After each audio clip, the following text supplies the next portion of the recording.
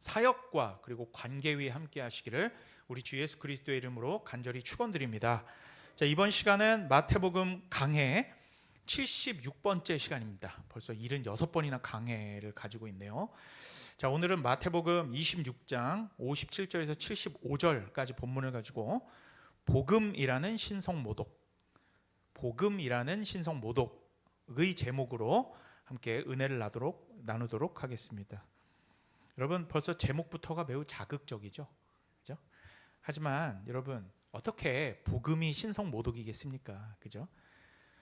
여러분, 복음 하면은 여러분 우리는 뭐라고 설명할 수 있을까요? 복음이라고 하면 로마서에서 말하는 것처럼 모든 믿는 자들에게 구원을 주시는 하나님의 능력이다라고 말할 수 있죠.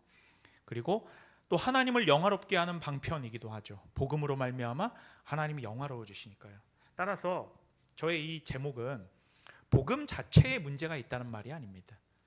사실 이 복음이 신성모독이다라는 말은 오늘 본문에 등장하는 대제사장 가야바가 한 말입니다. 예수님께서 말씀하신 것에 대하여 가야바가 막 흥분하면서 이건 신성모독에 해당하다라고 말했기 때문이죠. 여러분, 인간 중심으로 세워진 이 세상과 종교들은 진짜 복음의 메시지를 듣잖아요. 진짜 복음을 들으면 그것을 마치 신성모독처럼 받아들인다라는 의미입니다. 왜냐하면 자기 복음과 충돌하기 때문이에요. 여러분, 복음은 이 세상에 하나만 있다고 생각하십니까? 참된 복음이 있다면 가짜 복음, 거짓 복음도 있어요. 각자 다 자기 뜻대로, 자기 옳은 대로 생각하는 거죠. 그리고 그것을 복음이라고 말합니다. 사람이 자아를, 그러니까 나라는 자기 자신을 자기 삶의 중심에 위치시키고, 하나님은 그 중심이 아니라 자기의 행복과 안정과 성공을 위해서 조력하는 분 정도로 옆에 둔다라면, 오늘 본문에서 대제사장이 이렇게 말했던 것처럼 진짜 복음을 매우 불편하게 생각한다라는 것입니다. 이 시대의 메시지와 충돌하여 사람들을 불편하게 만드는 성경에서 말하는 선언들은 다양한 방편으로 우리에게 말하고 있지만, 제가 몇 가지, 한 두세 가지 정도만 말씀을 드릴게요. 먼저 이런 명제가 있습니다. 뭐냐면, 당신 인생의 주인은 당신이 아닙니다. 세상 사람들 혹은 인본주의에 물든 기독교를 믿는 사람들에게 이렇게 말하면 매우 불편해하는 말입니다. 예수님이 당신 인생의 주인이십니다, 이렇게라고 말하면 대부분 고개는 끄덕여요.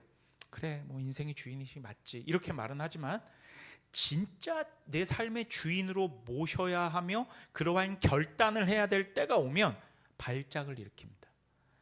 그러니까 자신의 가치와 자존심이 땅에 떨어지고 예수님을 내 삶의 중심에 올려놔야 될 진짜 그때가 오면, 그때는 발작을 일으켜요.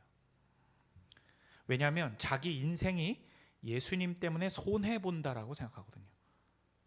그러니까 예수를 믿으면 그 세상 사람들이 말하는 그 인생의 어떤 앞길에 손해가 끼쳐지는 걸 견디지 못해요. 내 인생 내가 즐기면서 나의 주도하에 살아가야 하는데 그렇게 하지 못하니까요. 오히려 사람들은 자기 인생의 동반자가 되어주시는 주님, 그러니까 내 인생의 동반자가 되어주시는 주님, 이렇게 말하면 되게 좋아해요. 그런데 이렇게 죄인들은 자기 인생을 하나님 앞에 빼앗기기를 싫어하는 거예요. 하나님께서 좌지우지 하시겠다, 네 인생을 네가 결정하지 아니하고 예수님이 너의 인생의 결정권을 가져가시겠다라고 하면 발작을 일으킵니다. 여러분, 또 이런 명제가 있습니다. 당신의 있는 모습 그대로를 하나님은 결코 받으시지 않는다. 여러분, 이 말은 매우 충격적이죠. 하지만 물론 하나님께서 죄인 자체를 받아주지 않는다라는 말은 아닙니다. 그게 아니라 자기가 가지고 있는 그 완악한 모습, 즉 죄에서 전혀 돌아서지 않는 모습 이대로는 결코 받아주시지 않는다라는 거예요. 여러분, 즉 회개하지 않는 자는 받지 않으십니다. 그런데 많은 찬양들 중에 내 모습 이대로 받으신다라는 찬양 고백 가사, 혹은 내 모습 이대로 사랑하신다라는 그 적지 않은 수의 찬양 가사들이 오히려 진리를 모르는 사람들이 내가 가진 욕심과 정욕을 숨긴 채 그럼에도 불구하고 이걸 버리지 않아도 하나님이 받아주신다라고 오해하게 만든다라는 거죠. 그건 하나님의 관용을 왜곡하는 거예요. 여러분, 회개 없는 용납이 있습니까? 자기가 가진 생각과 내가 내 삶의 주인이라고 하는 그 세상적인 생각을 그대로 가지고 회개하지 않은 채 내 생각 이대로 가지고 있는 거 주님이 받아주셔라고 생각하면 그건 기독교를 오해하고 왜곡한다라는 이야기죠. 그것은 죄악에 빠져서 하나님께 돌아갈 마음이 전혀 없는 모습인데 이걸 주님이 받으신다라고 착각할 수가 있는 거예요. 여러분, 그렇기 때문에 우리가 부르는 이러한 찬양 가사가 진짜가 되려면 반드시 뭘 전제로 해야 된다? 회개를 전제로 해야 되는 거예요. 회개는 가슴 찢어지는 내가 걸어가던 길로부터 돌아서는 정말 이거는 내 삶에 고통이 찾아오는 일이에요. 회개 없는 고통이 어디 있어요, 여러분?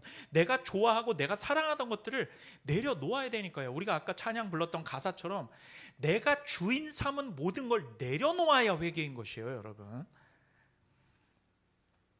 내가 이 모든 죄악에서 돌이켜서 주님께 돌아갈 때 그때 그 모습 그대로 받으신다. 맞아요.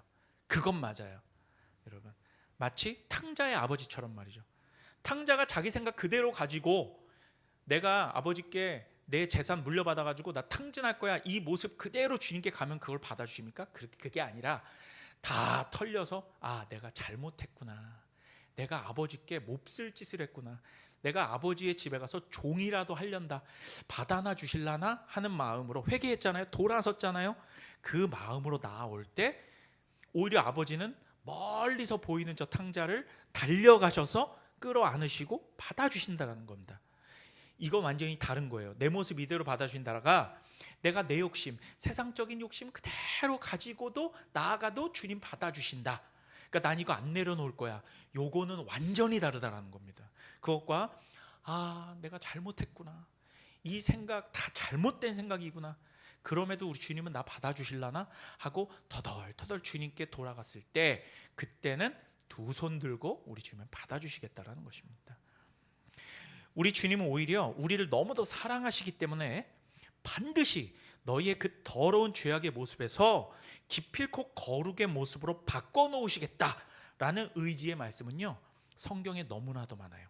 하지만 성경 어디를 찾아봐도 네 모습 이대로 받아주시겠다라는 말씀 없어요. 찾아보세요.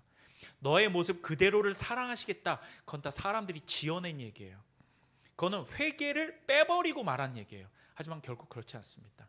오히려 반드시 너희의 그 더러운 죄악의 모습을 내가 제거해버리고 너희의 마음을 돌이켜서 내게 돌아오게 하겠다, 이 말은 무수하게 많습니다.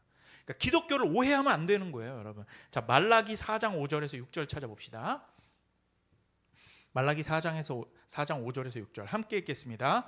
시작. 보라, 여호와의 크고 두려운 날에 이르기 전에 내가 선지자 엘리야를 너희에게 보내리니 그가 아버지의 마음을 자녀에게로 돌이키게 하고 자녀들의 마음을 그들의 아버지에게로 돌이키게 하리라. 돌이키지 아니하면 두렵건대 내가 와서 저주로 그 땅을 칠까 하노라 하시니라. 그가 오셔서 그가 아버지의 마음을 자녀에게 돌이키게 하고 자녀들의 마음을 아버지에게로 돌이키게 하겠다. 중보자의 역할이죠. 예수 그리스도께서 이 사역을 하시겠다는 거예요. 그럼에도 불구하고 돌이키지 않는다면 저주가 내려지겠다는 겁니다. 성경 어디에 너의 그 죄악에서 돌이키지도 않은 그 모습 그대로를 받아주겠다는 성경이 있냔 말이에요. 여러분, 회개 없는 구원은 없습니다. 그렇죠? 하나님은 죄인이 예수 그리스도께 나아가 예수님을 믿고 그 십자가와 부활로 완성하신 의를 덧입은 회개한 우리를 받아주시는 것이지, 죄로 인해 타락한 우리가 그 죄에서 떠날 생각이 전혀 없는데 그 있는 모습 그대로를 받으실 수가 없다라는 것입니다. 왜 그렇습니까? 우리 주님은 거룩하신 하나님이시기 때문입니다. 오히려 거룩하시기 때문에 그 죄악된 모습을 내가 반드시 고쳐놓겠다, 이렇게 말씀하시는 것이죠. 그런데 세상 사람들은 그걸 싫어하는 거예요. 그걸 싫어하는 거예요. 내 모습 있는 그대로 받아주시기 때문에요. 왜 자꾸 날 괴롭히세요? 아니, 내가 진짜 너를 사랑하기 때문에 반드시 네 내면에 있는 그 더러운 죄들을 내가 제거하고야 말겠어. 그리고 너를 내 품에 품겠다라고 말씀하시는 것입니다. 왜 그렇습니까? 죄인인 우리를 사랑하시기 때문에. 대신 심판받을 중보자를 보내신 거 아니에요? 그래서 예수 그리스도를 보내주신 것이란 말이죠. 그래서 비슷비슷한 말 같지만 완전히 다른 말입니다. 내 모습 이대로를 받으신다는 말은 회개를 전제로 하면 맞는 말이지만, 회개를 전제하지 않으면 우리 죄악의 모습을 해결하지 않아도 모습 그대로 받아주시는 걸로 세상 사람들이 오해하게 만든다라는 것이죠. 성경은 오직 중보자 예수 그리스도를 통해서만 죄의 용서를 받을 수 있다라고 말씀하십니다. 거룩하신 하나님 아버지께서 우리를 받아주신 데에는 반드시 누가 필요하다? 예수 그리스도, 어린 양의 피가 필요한 것입니다. 죄인이 있는 그대로 어린 양 예수께 나아가는 건 맞습니다. 내가 이 죄 있는 모습 이대로 죄 씻음 받기 위해 예수께 나아간다. 오케이, 맞는 말입니다.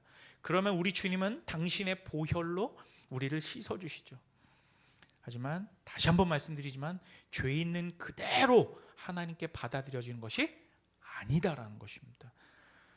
오히려 그리스도 안에서 새로운 신분과 새로운 의의 옷, 그 의의 옷을 입어야지만 아버지께 받아들여지는 것입니다. 그러므로 제가 늘 우리 성도님께 말씀드리지만, 예수 없이, 예수님을 배제하고 거룩하신 아버지 하나님께 나갈 수 있다? 없다? 없다라는 것입니다. 그래서 당신은 위로나 격려가 필요한 사람이 아니라 당신은 지은 죄를 용서함 받고 하나님과 화목해야 할 죄인입니다 라고 말하는 것이 성경적인 말입니다. 이러한 도전적인 말들이 인본주의 기독교에 물든 사람들을 매우 불편하게 만든다는 거예요. 매우 불편하게 만든다는 거예요. 주님은 우리를 위로하시는 주님이잖아요. 나를 격려하시는 분이잖아요. 궁극적으로는 맞습니다. 궁극적으로는 맞는 말이에요. 옳은 말이에요. 하지만 항상 뭐가 우리의 걸림돌이다? 우리의 죄악이 걸림돌이에요. 그걸 배제하고 덮고 숨긴 채, 자기에 있는 죄악을 꽁꽁 숨긴 채 주님께 나아가서 위로받겠다? 여러분, 그것은 옳은 일이 아닙니다. 그것이 바로 진정한 신성모독이 아니겠느냐라는 것이죠. 이 세상의 인본주의 복음은 당신은 괜찮습니다. 당신은 아무 문제가 없어요. 괜찮아요. 겁먹지 마세요. 마치 사람이 겁먹어서 주님께 못 나오는 것처럼 생각해요. 잘 될 것입니다. 당신은 아무 문제 없는데, 그래요. 죄 문제를 말씀을 드릴게요. 당신을 죄짓게 만든 사탄이 나쁜 놈입니다.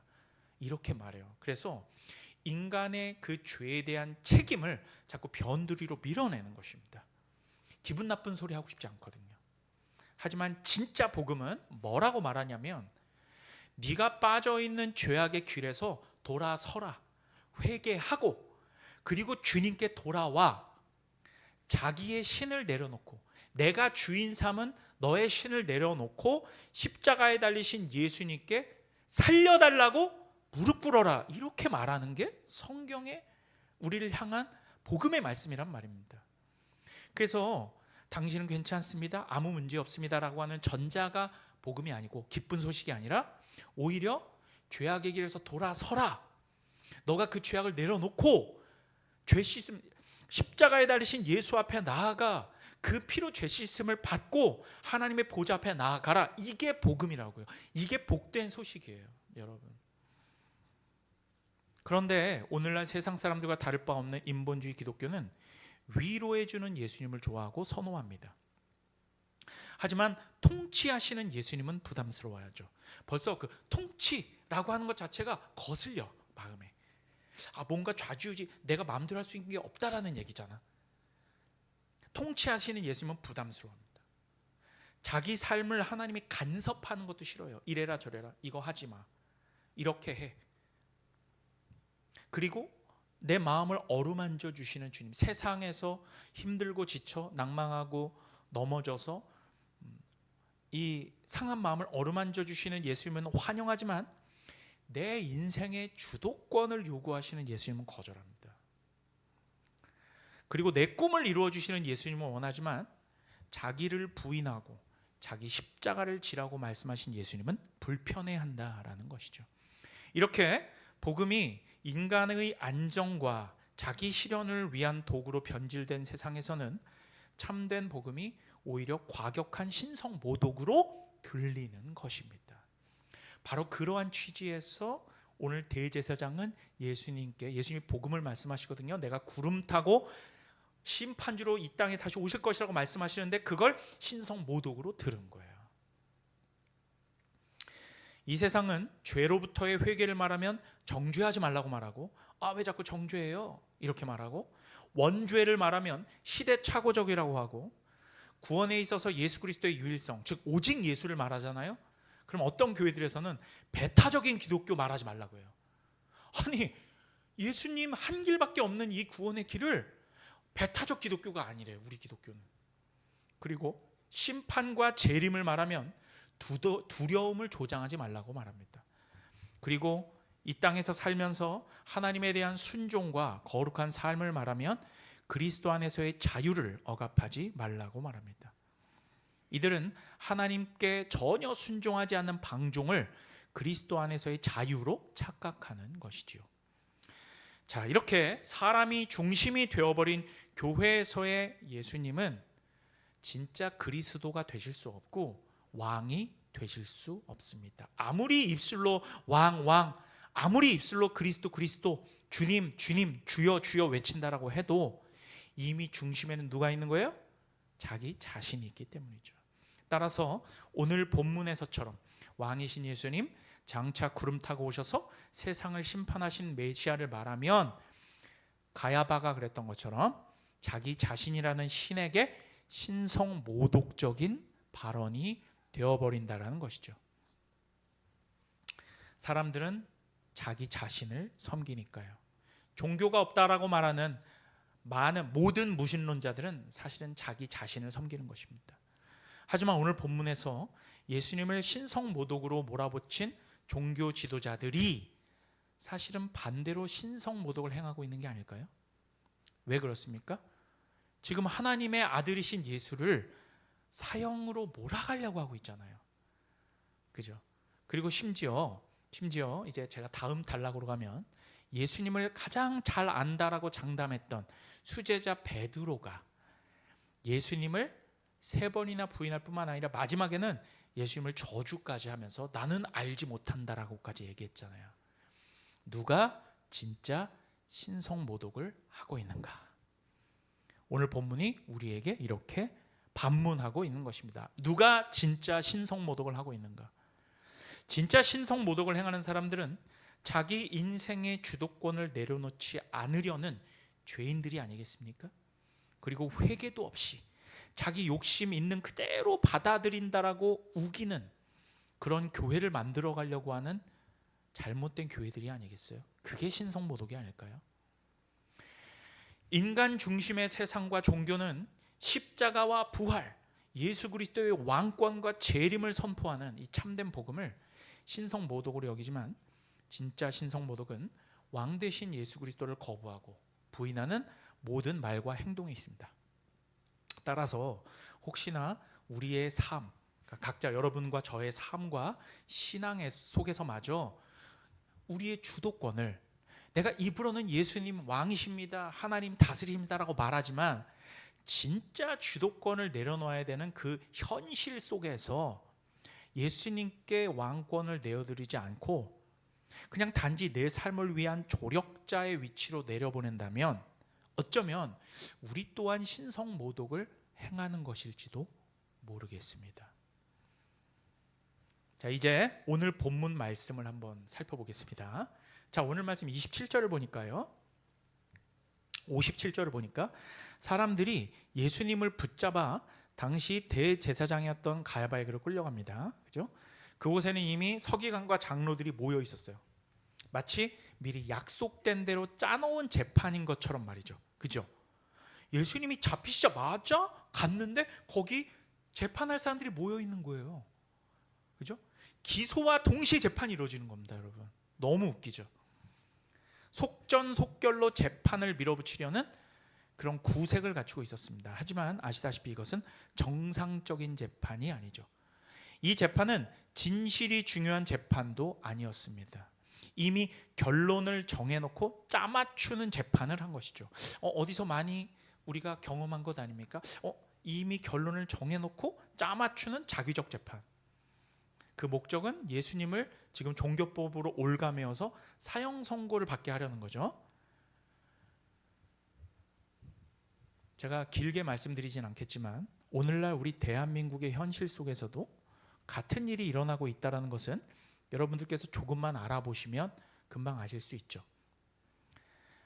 여러분, 삼권 분립, 입법, 사법, 행정이라는 가치를 무너뜨리고 어떤 특정 정치 집단의 헤게모니를 위해서 조작되고 날조된 공정하지 못한 선거가, 즉 국민의 참정권이 빼앗긴 그런 선거가 무려 21세기에도 일어날 수 있다라는 것을 우리는 충격스럽게도 경험하고 있지 않습니까?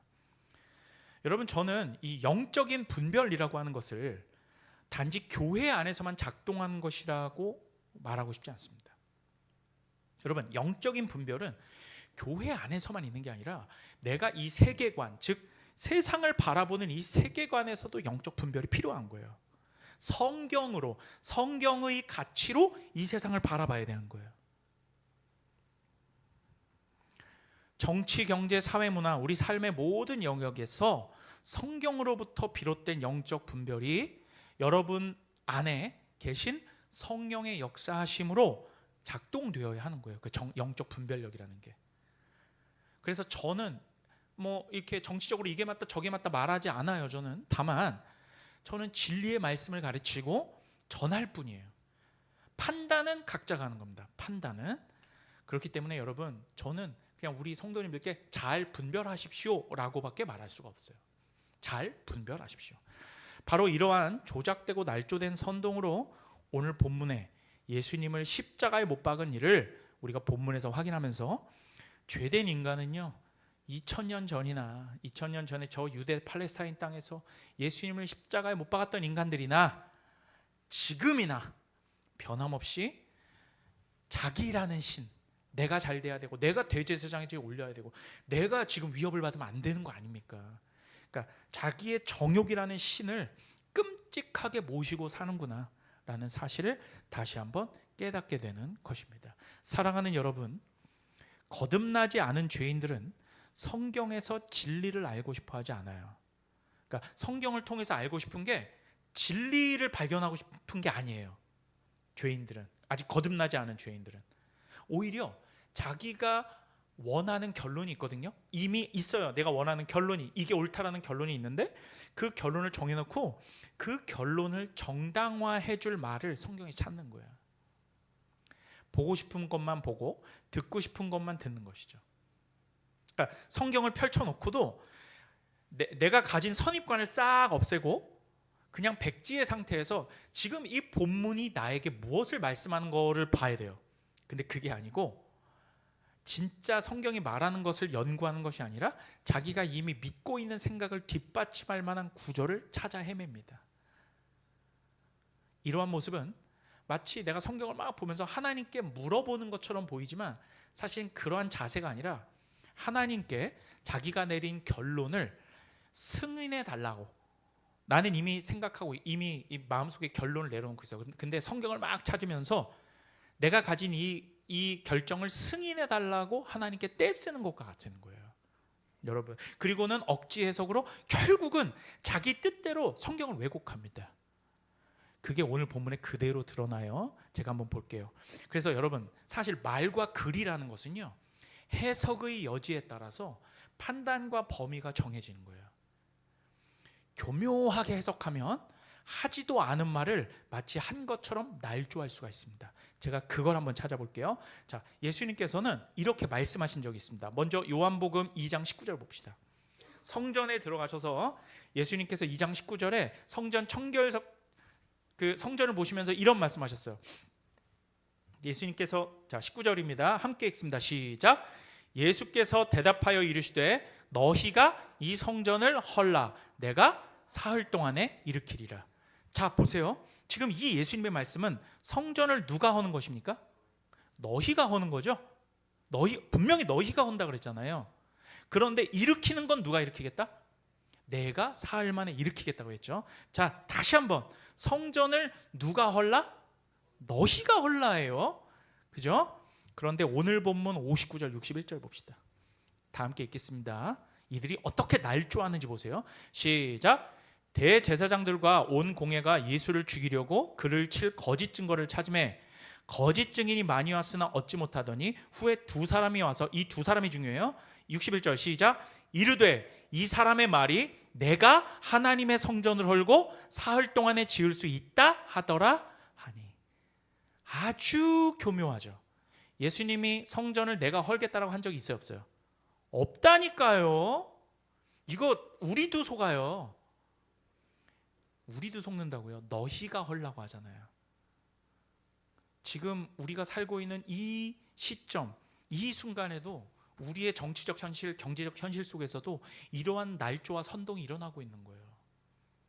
근데 진짜 이렇게 말한 것 같잖아요. 요한복음 2장에서는 분명히 너희가 이 성전을 헐라, 너희가 이 성전을 헐지라도 내가 이 성전을 3일 만에 일으키리라, 이 취지거든요.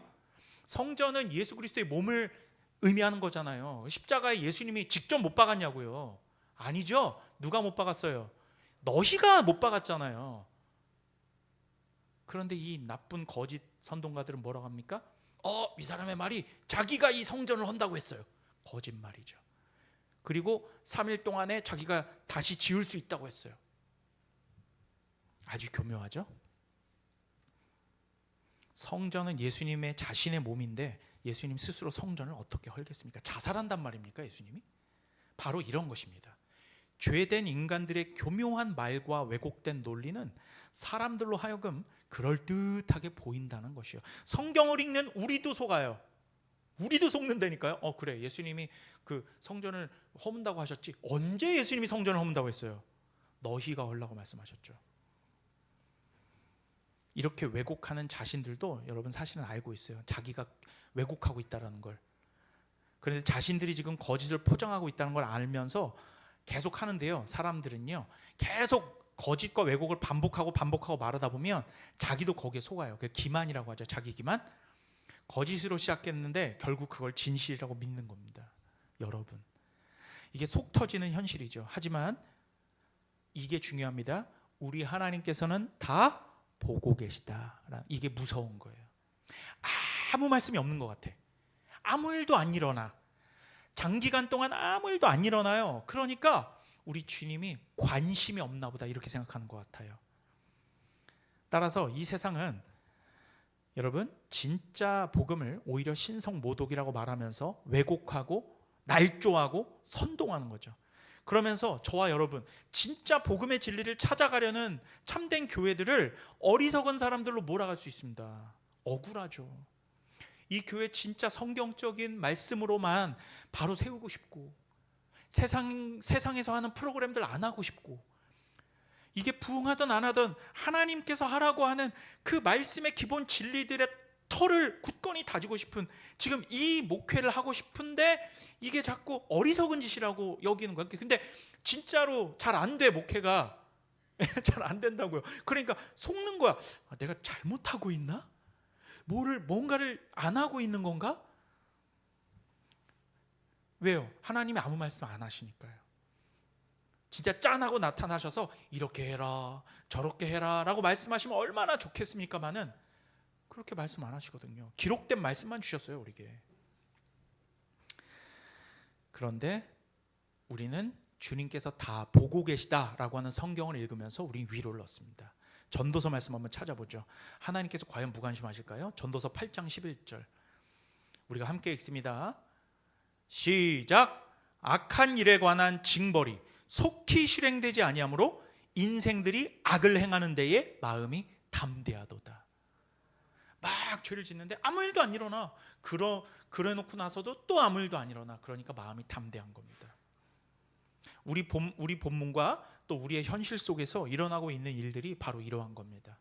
사람들은 자신의 죄악이 금방 들통나지 않고 또 아무 일도 일어나지 않고 있기 때문에, 나쁜 일을 해도 뭐 내일 당장 무슨 나쁜 일이 일어나거나 안 그래요. 그럴 때도 있어요.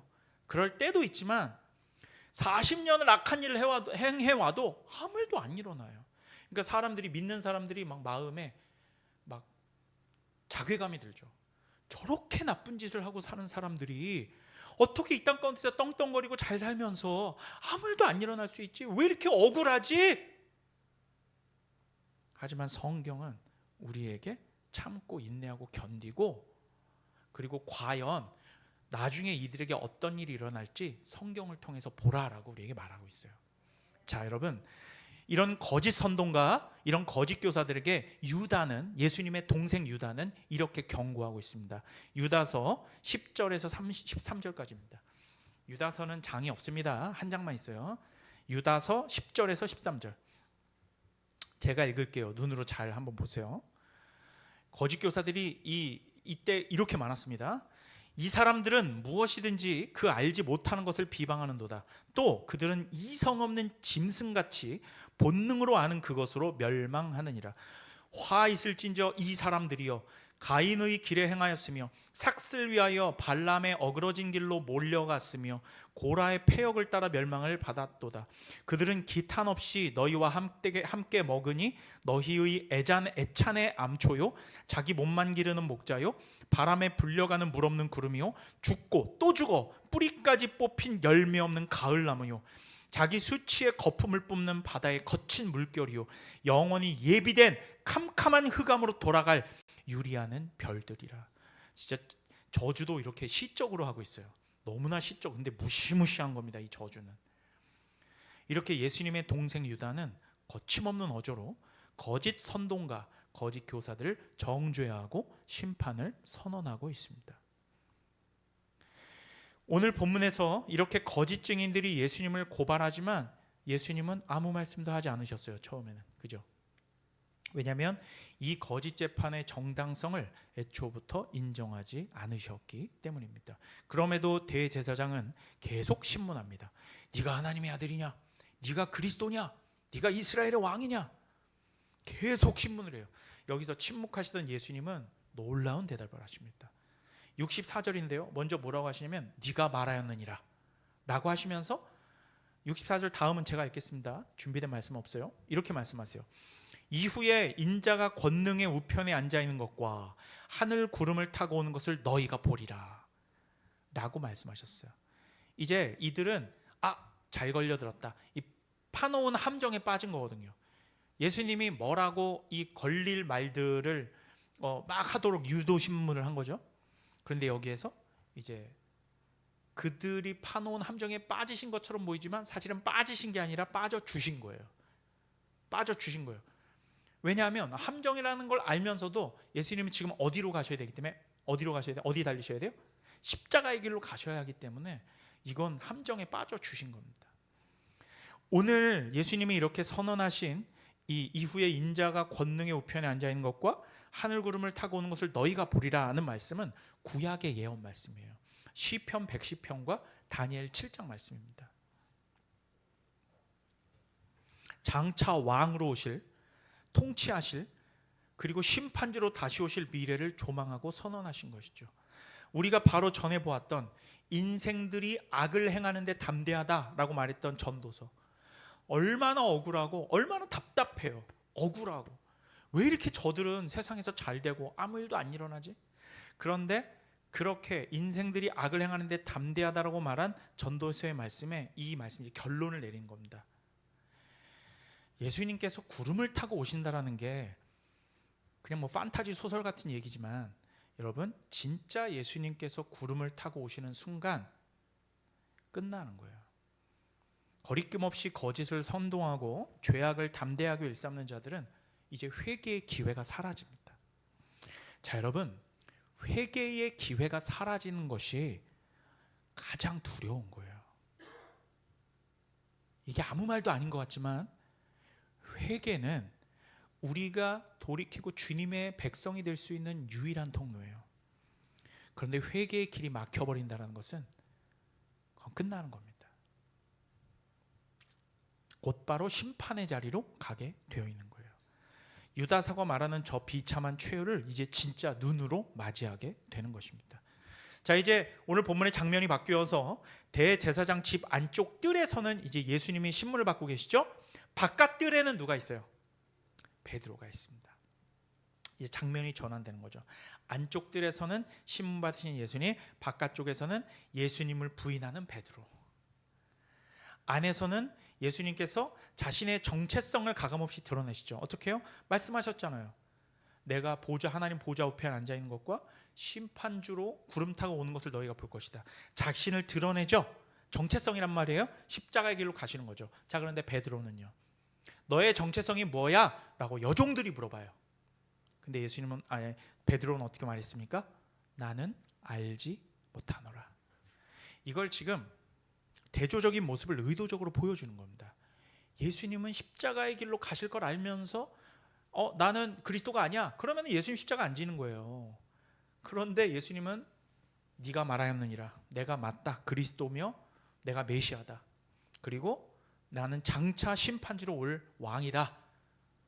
신성모독이다. 십자가에 못 박으라라고 하면서 그 길로 가고, 예수님의 수제자인 베드로는 바깥에서 당신의 정체성이 뭐야? 나 예수님의 제자야. 그리고서 같이 십자가의 길로 끌려갔으면 좋았을 텐데 그렇지 않고 나는 알지 못하노라.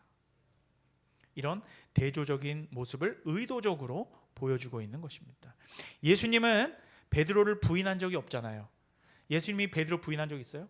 그런데 베드로는 예수님을 3번이나 부인합니다. 이런 모습을 우리에게 보여주시면서 너는 어디에 있느냐라고 우리에게 말씀하시는 거예요. 예수님은 베드로를 부인한 적이 없는데 베드로가 뭐의 대표예요? 교회의 대표잖아요. 교회는 예수님을 버린 거예요. 얼마나 가슴 아픈 일이에요. 예수님을 거짓으로 신문하고 있는 종교 지도자들과 3년 동안이나 따라다니는 스승을 부인한 베드로가 다를 게 있습니까? 물론 베드로는 예수님을 사랑했습니다. 그의 사랑이 모두 거짓이었다라고 말할 수는 없어요. 정말 예수님을 따르고 싶어 했어요. 하지만 베드로와 예수님은 가려고 하는 길이 달랐습니다. 베드로는 승리하는 메시아를 따르고 싶어 했어요. 그죠? 잘 되는 메시아를 따르고 싶어 했다고요. 로마를 쳐부술 멋진 메시아를 따라다녔던 거예요. 큰 대형 교회에서 몇만 명의 성도를 좌지우지하는 그런 목사를 따르고 싶었던 거예요. 베드로는 월세도 못 내서 모두가 헌신하지 않으면 교회의 존폐가 휘청되는 그런 개척교회 목사를 따르고 싶었던 것이 아니란 말이죠. 베드로는 십자가에 달리는 비참한 꼴을 보여주는 스승을 따르고 싶지 않았던 거예요. 멋진 스승을 원했던 겁니다. 조롱당하는 스승을 보고 싶지 않았던 거예요.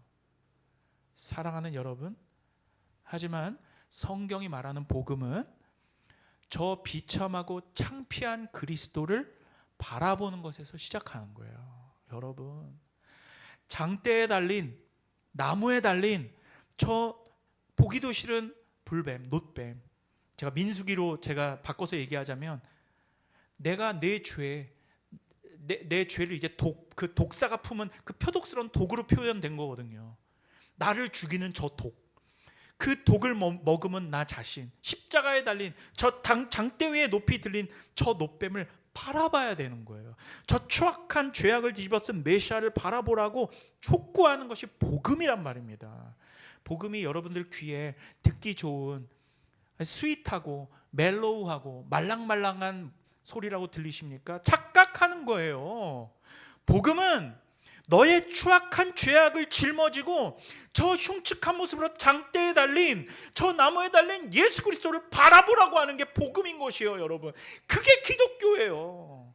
어떤 기독교가 그냥 너의 죄 있는 모습 그대로 다가와라, 예수님이 받아주신다라고 하는 말을 하는 그런 거짓 복음이 어디 있냐고요. 여러분, 민수기 21장 9절 보십시오. 민수기 21장 9절 함께 읽겠습니다. 시작. 모세가 놋뱀을 만들어 장대 위에 다니 뱀에게 물린 자가 놋뱀을 쳐다본 즉 모두 살더라. 십자가에 달리신 예수를 바라보지 않으면 모두 죽는 거예요. 저 흉측한 모습, 이쁜 모습의 기독교가 어디 있어요? 내 죄를 뒤집어 쓰고 가시면류관을 쓰고 물과 피를 쏟는 그 참혹한 현장을 바라보는 게 기독교인데 무슨 이쁜 기독교를 찾고 앉아있냔 말입니다. 여러분, 잘못 알고 있는 거예요. 내 죄를 바라봐야죠. 내 죄를 뒤집어 쓰고 저 참혹한 십자가에 달리신 예수를 바라보라라고 촉구하는 게 성경입니다. 이쁜 기독교? 그딴 거 집어쳐버리세요. 그런 기독교는 없어요. 철저하게 회개하고 주님께 돌아온 자들이 비로소 맡게 될 천국이 그런 모습이겠죠. 하지만 그런 것도 없이 덕지덕지 들러붙은 욕심과 정욕에 들끓는 그 마음 그대로를 가지고 예수님께 쩔레쩔레 나와서 하나님, 나 있는 모습 그대로 받아주신다며요. 심판의 불화살을 맞고 죽는 겁니다. 이런 과격한 표현을 써서 죄송하지만 그게 성경이 말하는 거예요. 바이블 그대로입니다. 이렇게 예수님께서는 불뱀이 되어 백성들의 죄가 되어 장대에 달리신 비참함과 고통을 참으셨어요. 극한의 모욕과 창피와 고통을 참으시고 겪으신 후 부활하시고 나서야 비로소 하늘 보좌 우편에 오르셨고 우주 만물을 다스리시는 거예요. 복음은 바로 그 십자가에 달리신 예수께서 부활하셔서, 자, 부활하신 후에 베드로 앞에 나타나신 예수님, 그 장면을 한번 생각해 보세요. 베드로가 그 바닷가에서 예수님을 맞닥뜨렸을 때 얼마나 미안했겠어요. 오늘 현장과 예수님을 다시 만난 베드로를 보시자고요. 배신해서 죄송해요. 이렇게 말하겠어요? 말도 못해요. 죄송해서, 겸연쩍어서, 너무너무 미안하잖아요. 그런 겸연쩍은 얼굴 쭈뼛쭈뼛하며 바보같이 서 있는 우리에게 예수님은 어떻게 하시냐면 당신이 십자가와 부활로 얻어내신 그 온전한 의의 옷을 베드로에게 입혀주시는 거예요. 내가 십자가에서 죽고 부활하여 얻은 이 온전한 의, 이 의의 옷을 베드로, 즉 우리 교회들에게 입혀주시는 겁니다. 그러면서 그 배신자 베드로에게 네가 나를 사랑하느냐? 내 양을 먹이라. 내 양을 먹이라, 내 양을 치라는 게 무슨 의미냐면 내가 너희 교회에게, 너희는 나를 배신했지만 난 너희에게 천국의 열쇠를 맡기겠다는 거예요. 내 백성을 다스리고 칠 양을 맡기겠다, 교회들에게. 이게 얼마나 역설적입니까? 어떻게 배신자에게 사명을 주시냐고요. 이게 놀라운 복음이에요, 여러분. 자격 없는 자에게 은혜를 베푸는 게 복음이라고요. 자격 없는 자에게 은혜를 베푸는 게 복음이다. 그리고 자발적으로 이제 그 은혜를 입은 사람들의 이제 자세가 어때야 되냐면 자발적으로, 이제는 내가 자발적으로 내 삶 그딴 게 어딨어. 배신자인 나를 걷어주신 주님께 내 삶을 맡겨야지. 어디 내가 멋대로 살고 싶은데 거기에 하나님이 조력자로 하실 수가 있냐고. 복음서에서 배신한 베드로의 모습을 보며 그게 내 모습인데 그 배신자가 쩔레 와서 나 계속 멋대로 살 테니까 당신은 내 조력자가 되어주셈. 어떻게 이렇게 말을 할 수가 있냐는 거예요. 그게 지금 이 현대 기독교가 예수님 성삼일체 하나님께 하고 있는 일이라고요. 여러분, 복음 앞에서 우리가 어찌하여 힐링을 논하며 내 권리를 논하며 인권을 논하며 교양과 위신을 논하며 핑크빛 인생을 논할 수가 있냔 말이에요. 십자가에 달리신 저 참혹한 예수, 장대에 달리신 노뱀을 보며 힐링? 여러분, 복음은요 내 인생에 좋은 일이 추가되는 사건이 아닙니다. 복음은 왕이 바뀌는 사건이에요.